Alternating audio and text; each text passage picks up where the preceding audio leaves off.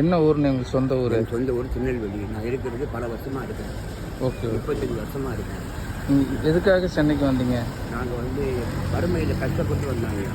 சாப்பாடு கூட கஷ்டம் இல்லாமல் வந்தோம். இந்த வேலையில் உங்களுக்கு போதுமான வருமானம் கிடைக்குதா? ஏதோ ஒரு நாளைக்கு 500 300 கிடைக்குது ஐயா. எத்தனை பேர் பசங்க? எனக்கு 3 பையன் இருக்கான். எல்லா பசங்களும் விட்டுட்டு போயிட்டாங்க. நானும் என் மனைவி தான் இருக்கோம். போதுமான அளவுக்கு டெய்லி வியாபாரம் 300 டெய்லி கிடைக்குது ஐயா. இந்த வாழ்க்கை பிடிச்சிருக்கா? நீங்கள் திட்டமிட்டு தான் இந்த மாதிரி வியாபாரம் பண்ணணும் தான் வந்தீங்களா? ஆமாம், இந்த வியாபாரத்துக்கு தான் வந்தீங்களா? ஃபஸ்ட்டு கோலமாக வியாபாரம் பண்ணேன். அதுக்கப்புறம் உப்பும் கோலமாவும் 2 சேர்த்து வியாபாரம் பண்ணேன்.